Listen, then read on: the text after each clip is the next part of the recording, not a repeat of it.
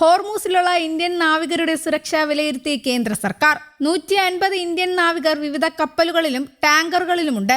ഇവരുടെ സുരക്ഷയ്ക്കായി പ്രത്യേക ഡാഷ്ബോർഡ് തുറക്കും. അടിയന്തര ഘട്ടത്തിൽ നാവികർക്കായി ലെയ്സൺ ഉദ്യോഗസ്ഥരെ നിയമിക്കുമെന്നും സർക്കാർ അറിയിച്ചു. 7 ഇന്ത്യൻ കപ്പലുകൾ ഇപ്പോഴും മേഖലയിലുണ്ട്.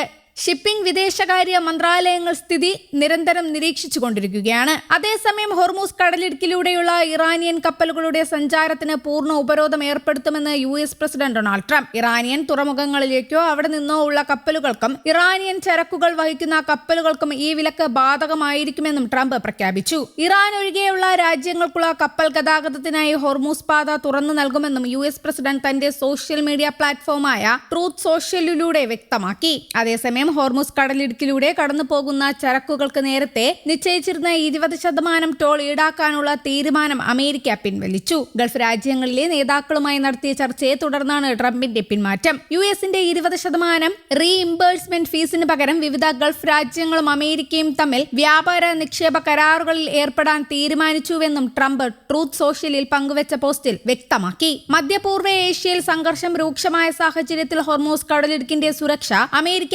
ഏറ്റെടുക്കുമെന്നും പകരമായി അതുവഴി കടന്നുപോകുന്ന ചരക്ക് കപ്പലുകളിൽ നിന്ന് 20% ടോൾ ഈടാക്കുമെന്നുമായിരുന്നു ട്രംപ് നേരത്തെ പ്രഖ്യാപിച്ചത്. എന്നാൽ ഗൾഫ് നേതാക്കളുമായി നടത്തിയ ഫലപ്രദമായ ചർച്ചകളുടെ അടിസ്ഥാനത്തിൽ US-ന്റെ 20% റീഇംബേഴ്സ്മെന്റ് ഫീസിന് പകരം വിവിധ ഗൾഫ് രാജ്യങ്ങൾ അമേരിക്കയിൽ നടത്തുന്ന വ്യാപാര നിക്ഷേപ കരാറുകൾ കൊണ്ടുവരാൻ തീരുമാനിച്ചതായി ട്രംപ് പറയുന്നു. നിക്ഷേപങ്ങൾ വളരെ വലുതായിരിക്കുമെന്നും ഗൾഫ് രാജ്യങ്ങൾക്ക് അസാധാരണമാം വിധം നല്ലതായിരിക്കുമെന്നും ട്രംപ് പറഞ്ഞു. ഇറാന്റെ ക്രൂരവും ആക്രമാസക്തവുമായ ഭരണകൂടം രാജ്യത്തെ പൂർണ്ണ നഗരത്തിലേക്കാണ് നയിക്കുന്നതെന്ന് ട്രംപ് കുറ്റപ്പെടുത്തി. ഇറാൻ ഇനി ഒരിക്കലും ഒരു ആണവായുധം കൈവശം വെക്കില്ലെന്നും ട്രംപ് ആവർത്തിച്ചു. കഴിഞ്ഞ ദിവസമാണ് ഹോർമൂസ് കടലിടുക്കിലൂടെ കടന്നു പോകുന്ന വാണിജ്യ കപ്പലുകൾക്ക് സുരക്ഷാ നികുതി ഏർപ്പെടുത്തിയത്. ഇത് അന്താരാഷ്ട്ര വ്യാപാര മേഖലയിൽ കടുത്ത ആശങ്ക സൃഷ്ടിച്ചിരുന്നു. ഇതിന് പിന്നാലെയാണ് നികുതി പിൻവലിച്ചതായി പ്രഖ്യാപിച്ച് ട്രംപ് രംഗത്തെത്തിയത്. അതേസമയം ട്രംപിന്റെ നിർദ്ദേശം ഇറാൻ തള്ളി. തന്ത്രപ്രധാനമായ ജലപാതയിൽ അമേരിക്കയെ ഇടപെടാൻ അനുവദിക്കില്ലെന്നും ഇറാന്റെ അനുമതിയില്ലാതെ കടലിടുക്കിലൂടെ കടന്നുപോകാൻ US സൈന്യം നടത്തുന്ന ഏതൊരു ശ്രമത്തെയും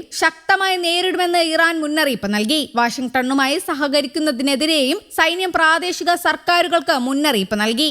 അത്തരം ഏതൊരു സഹകരണവും ഇറാനെതിരായ യുദ്ധമായി കണക്കാക്കുമെന്ന് സൈന്യം പറഞ്ഞു. സംഘർഷം വ്യാപിച്ചാൽ അത് മേഖലയിലുടനീളം വ്യാപിക്കുമെന്നും ഉത്തരവാദിത്തം US-നും സഖ്യകക്ഷികൾക്കുമായിരിക്കുമെന്നും ഇറാൻ കൂട്ടിച്ചേർത്തു. അമേരിക്ക വെടിനിർത്തൽ കരാർ പരസ്യമായി ലംഘിച്ചു എന്നും മുൻപ് സമ്മതിച്ച ധാരണാപത്രം നടപ്പിലാക്കില്ലെന്നും ഇറാൻ പ്രഖ്യാപിച്ചു. ഇത് ഇരു രാജ്യങ്ങളും തമ്മിലുള്ള സംഘർഷങ്ങൾ രൂക്ഷമാക്കി. ടെഹ്റാനും വാഷിംഗ്ടണും തമ്മിലുള്ള ബന്ധം അനിശ്ചിതത്വത്തിൽ ഒരു കാലഘട്ടത്തിലേക്ക് കടന്നിരിക്കുകയാണെന്നും തങ്ങളുടെ പ്രതിബദ്ധതകൾ പാലിക്കുന്നതിൽ പരാജയപ്പെട്ടതിന് അമേരിക്കയെ കുറ്റപ്പെടുത്തുന്നുവെന്നും ഇറാൻ വിദേശകാര്യ മന്ത്രാലയ വക്താവ് ഇസ്മായിൽ ബക്കായി പറഞ്ഞു. കരാറിലെ ഉത്തരവാദിത്തങ്ങൾ നിറവേറ്റുന്നതുവരെ അമേരിക്കയുമായുള്ള കരാർ പ്രതിസന്ധിയിലാണെന്നതിൽ സംശയമില്ല എന്ന് ബക്കായി പറഞ്ഞു. അമേരിക്കൻ താവളങ്ങളിൽ തങ്ങൾ സൈനിക നടപടികൾ സ്വീകരിച്ചത് സ്വയം പ്രതിരോധത്തിനായിട്ടാണെന്നും അദ്ദേഹം കൂട്ടിച്ചേർത്തു.